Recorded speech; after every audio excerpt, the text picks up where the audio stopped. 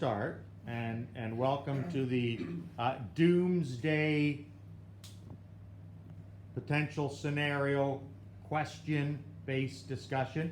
We've written our own questions. We've got an audience. We've got the Doomsday expert panel. We're going to start with this question here. Would mass extinction benefit the global environment? Would mass extinction benefit the global environment? Go ahead, team.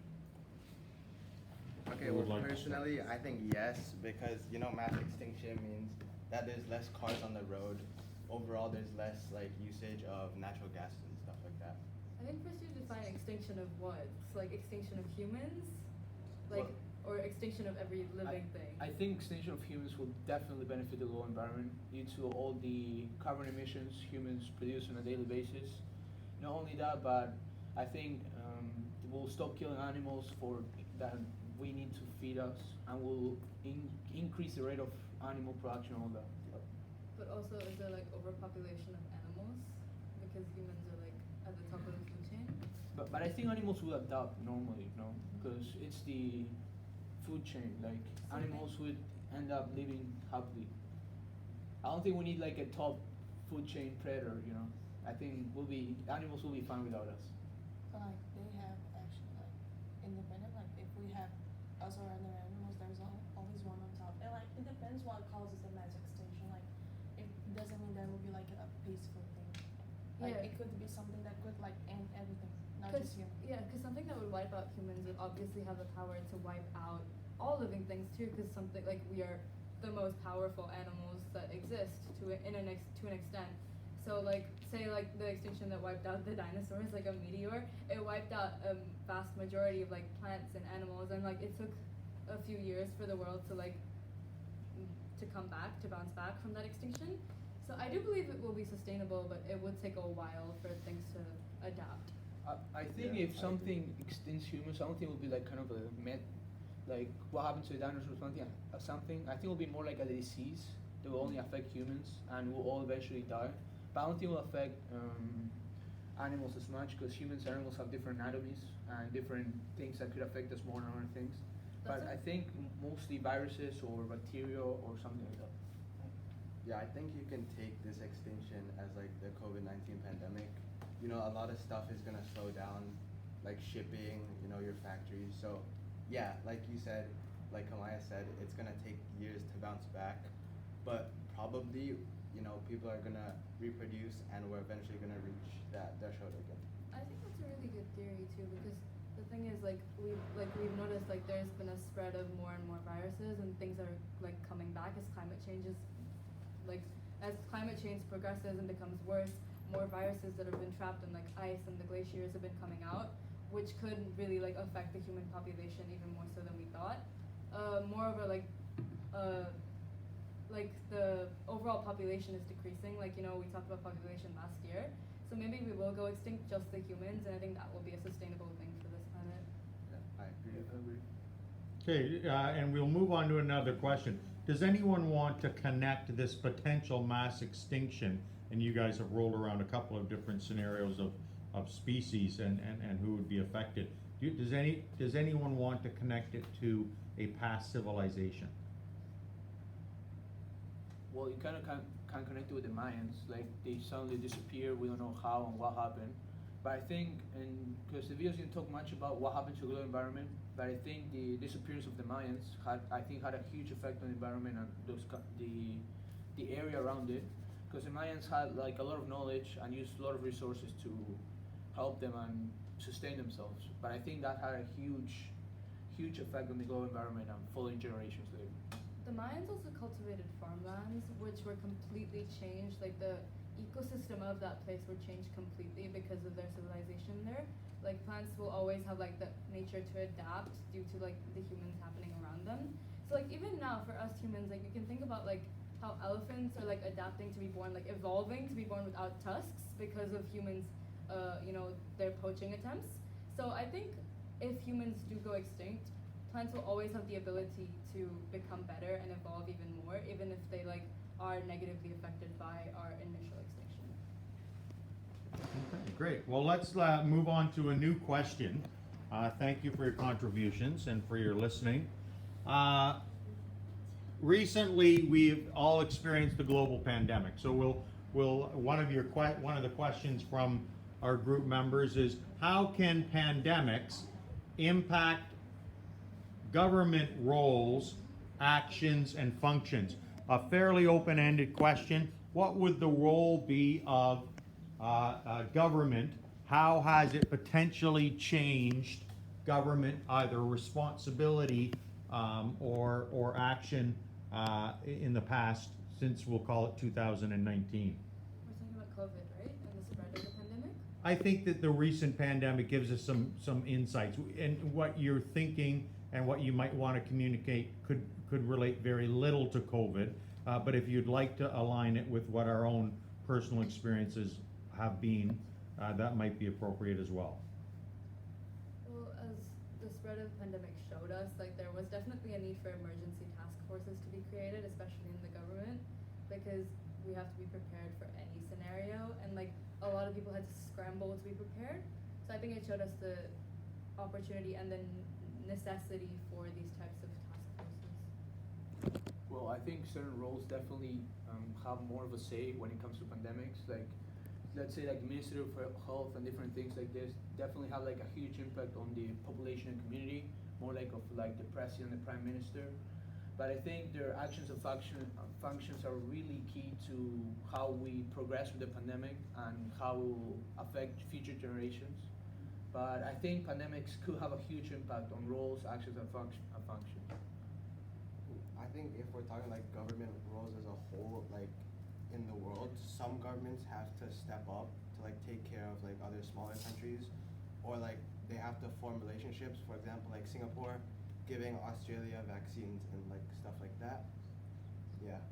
So I agree with what you said, like foreign aid is so important, especially because like the role of other countries helping with like international relations means that like even the citizens are being supported, because like there needs to be a certain type of empathy, especially during emergency situations. Like moreover, I think it's important, like especially in countries with corruption, some authorities and some roles have much more power than the actual majority does. Like the presidents care much more about their own health and safety than they do the citizens. Should I give an example? Yeah. Okay, so an example, do you want to say it? Brazil actually, because like in Brazil we have like this our ex-president. He wasn't like a good figure for the pandemic thing, because he was always creating like fake news, and he was always caring about him and people who had like a lot of power, and he created like a lot of theories that actually sent a lot of people to the death row. And I think like pandemics create like there was a lot of people who didn't care about like politics and stuff, but after pandemics people actually like care like if you support or you do not support the government. And I don't think that's a bad thing actually. Like it could be something, but it could also like wake up like a nationalist like feeling Yeah. in people. And would it optimally be, from what we perhaps have experienced and learned, an internationalist group that has influence over the next pandemic, if this one was in fact indeed a warning call or an indicate, this wasn't the doomsday scenario we don't think that we might have that we might be looking at in the future? Is it the World Health Organization or another international organization that we feel most comfortable giving power to and responsibility toward in terms of our own behavior and governance, the way we're governed, or should it be something that is decided within individual national borders within our own countries? Honestly, I believe the World Health Organization worked very, very well for first world countries, because they had a lot more cooperation and a lot more interaction than third world countries were able to. And while they did try to give foreign aid to countries that could not have supported COVID and been through COVID by themselves, I think it wasn't as effective as it could have been. So I think while it is right now probably the most trusted international source there is, there should be more focus on providing aid to third world countries, especially due an international focus. Well, like the WHO only has like a certain amount of power because like you have countries like Russia and China who are like, let's say, isolated and won't necessarily listen. So like stuff like pandemics, they will give different measures, and we will see stuff happen like what happened in Shanghai where like everybody's miserable. So I think personally, if we have that higher governmental power or like the WHO that can lay laws down, that would be like very detrimental in maintaining and like holding up a civilization against the pandemic. Yeah, I agree with Keith. I think countries are more isolated, like China, Russia, all those countries think they should take their own measures, not necessarily go for help, asking for help to World Health Organization, but I think they should stay within the country and manage things themselves, because then it will be best for those countries, as they're really hard to reach from an outside point of view. But I disagree, because but what if those countries don't handle it as well as they should have because they're biased? Like the Chinese government believe, or not the Chinese government, more the Russian government believe that their ideas and their like products and their local products were the best. But in reality, there could have been other technologies that could have been better for their citizens, but they denied that because they thought of nationalism and they thought of local products. Yeah, well, I agree with Kamaya, but I think that's like, as I said, like a higher power like the WHO. I don't think that's ever gonna happen because you're gonna have figures like Vladimir Putin or like Xi Jinping who's just not gonna listen to an outside Western like voice or like the experts per se. So stuff like the WHO, it can only help to an extent, but those countries like Russia or China, they don't really want the help, So it's kind of like they have to fight for themselves. I think it really depends on who the leader is in that country, whether they want help or not. If they really need help, I think it's up to them. Maybe because of their pride they don't wanna, but I think if they're really smart and political leaders, I think if they are struggling, they should look for help. But who decides if they're struggling or not? Like they may not even know. Like their citizens may be struggling, but they may be too prideful to ask for help. But then does an international governmental thing interfere or not? Well, I'd say like you should have a democracy, but like in countries like China and Russia, it's probably hard to have that. So ultimately, how powerful would the WHO be in those countries? Because they're resisting the help. Like there's That's no true. Like, way. That's they why can it's help. it doesn't really have much consequence in today's world, but I think it needs to be developed more for those countries, especially for the people. I mean, China's been pretty isolated ever since like the 16th century. Their whole history they've been pretty isolated. They only trade with a couple of countries there and there, but they didn't have many tourists till just recently. Now with the COVID-19 pandemic, they had more of a bad rep, more isolation, I'll say. Let's build on that isolation point and move on to the economy. One of the big threats economically has been a supply chain disruption. We're facing incredible inflation these days. In terms of a doomsday scenario, one of the questions that some students have been asking is that if we are looking at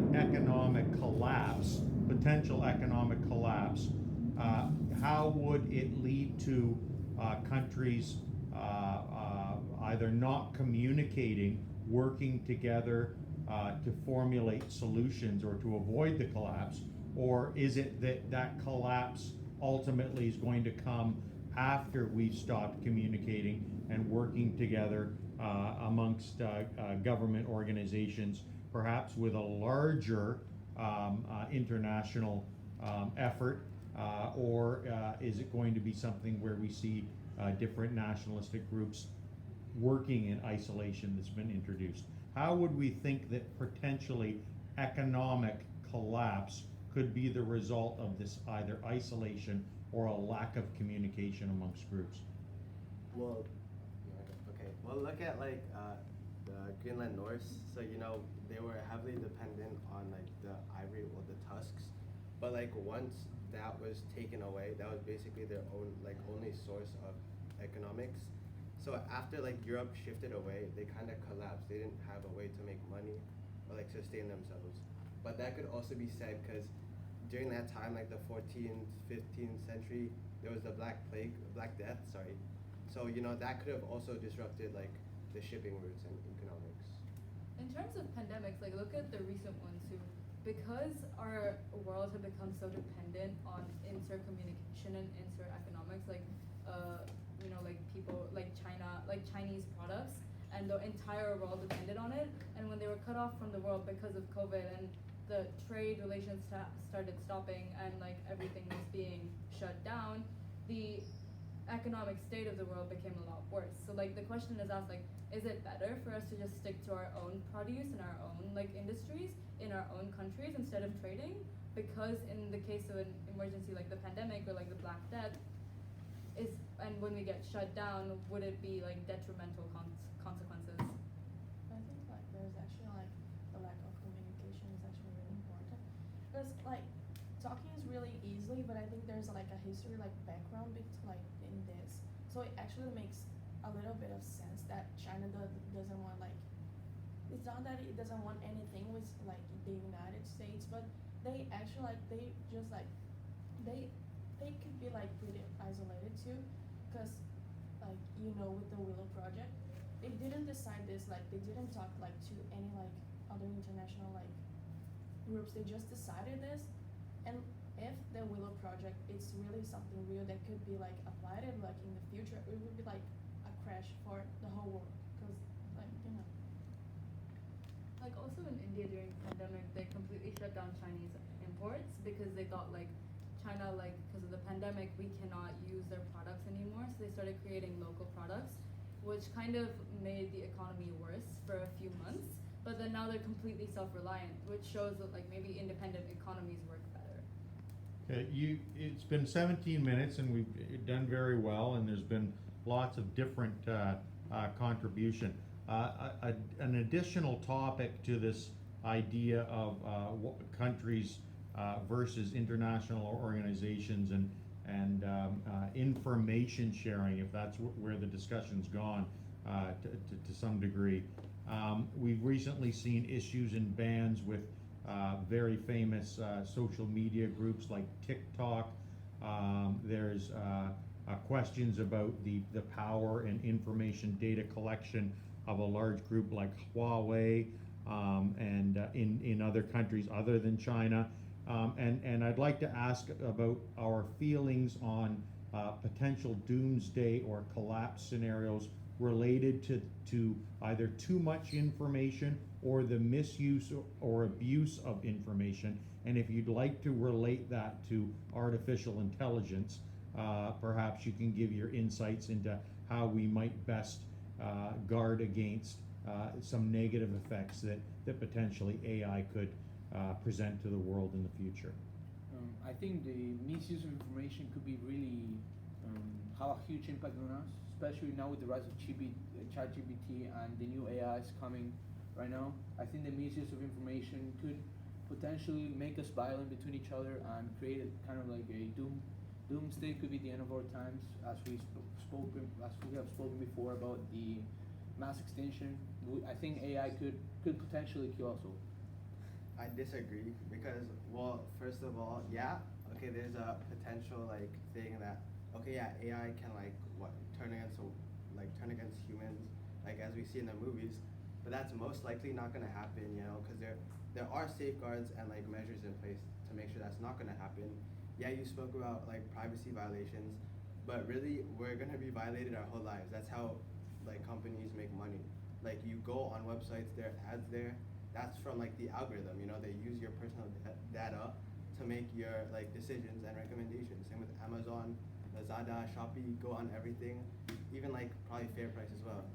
So I could say like economics, like the whole online like storefronts are like they're built on your algorithm. That's how they make But money. I disagree with you. Your entire thing was that we're already our privacy is already being invaded. Yeah, AI will yeah. make it like no worse. But another issue with AI is intellectual property. Like it's AI is learned behavior. It looks at like artists and people's thinking, and then it learns that and it recreates that. Yeah. But for like think AI art, like it essentially is plagiarizing off actual people's hard work and making it their own. So would that also contribute to the collapse of our world? Because intellectual property is something very important. Like a lot of jobs can get eliminated because of AI. Yeah, I like yes, obviously like you know like maybe stuff like accounting that could be eliminated with AI because more efficient, more faster. But you have like let's talk about Doomsday. You have stuff like weapons. Like we already have nukes. Like we already have that. Like Russia has like a super fast missile that nothing can like destroy it. So I think we're at a point where if Putin wanted to fire a nuke, we could all be dead in like 5 minutes. So it's I could say that doomsday is inevitable. We have that like countries have that power already, so that I don't really think if you have that AI and they're gonna build you like a super weapon, we potentially already have that. You know? If doomsday might be inevitable, and we were talking about resource scarcity as a final subtopic here, are we talking about energy, food, water? Are we talking about Bosropian type of utopian idea that humans would come up with solutions for sharing these resources equitably? Or are we talking about potentially the use of these nukes that Keith had suggested, or doomsday being inevitable and it being completely unrelated to those three primary resources, and it could just be power itself that gets the better of us amongst these very strong authoritarian leaders? Thoughts on that, please? I think the most probable cause of doomsday would be a combination of all these factors, because honestly, there are so many things going on right now that will lead to our extinction. I think it's altruistic to think that we will always find a solution to these problems, when in reality, we're just making it worse and worse for ourselves. Like scarcity of resources, almost not, and we can connect those topics. Like you said, the abuse of power by authority figures and governments are also contributing to scarcity of resources, because governments are abusing the resources that they already have and not trading them, not giving it to countries that actually need it. So again, I think everything, all our international relations, or all our environmental problems, and all our problems with AI and technology will eventually contribute together and be the death of us. I think it will be power, because we're at a time right now that power, I could say it's more important than money at this point.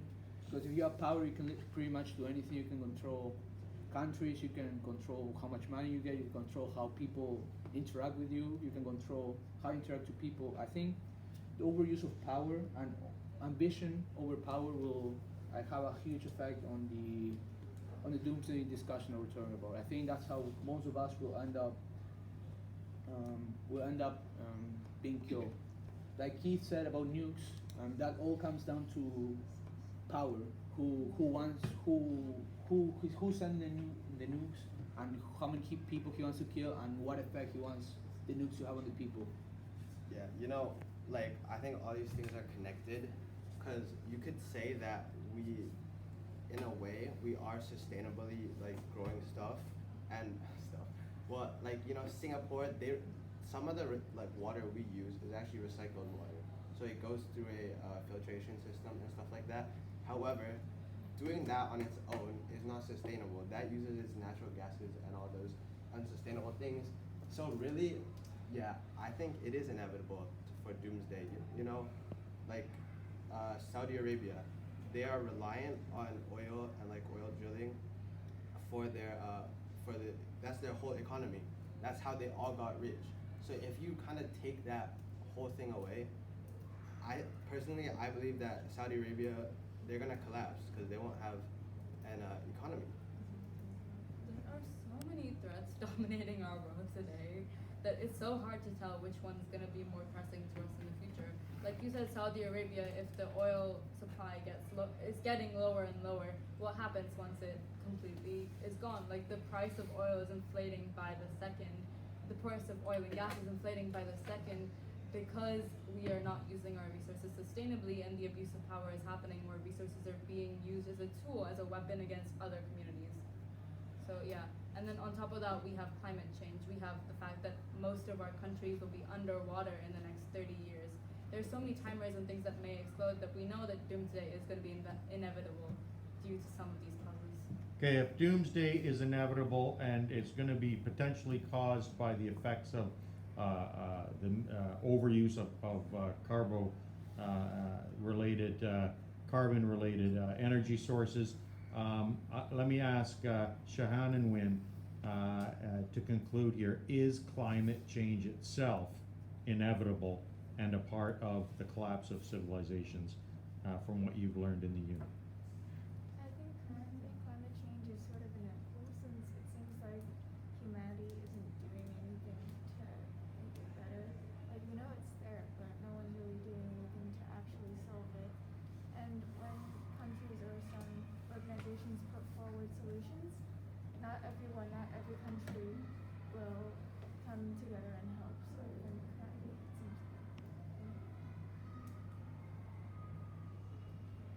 Sean, do you think that climate change is inevitable, meaning it will happen no matter what interventions a specific group of people attempt to make?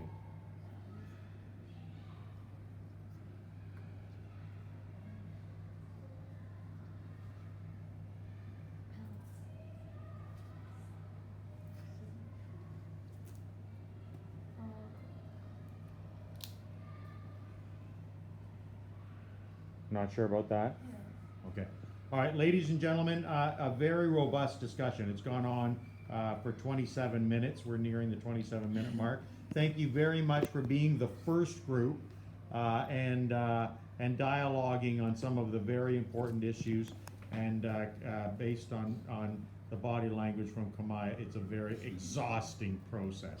But Kamaya, you did very well. Thank you, ladies and gentlemen. We're off now.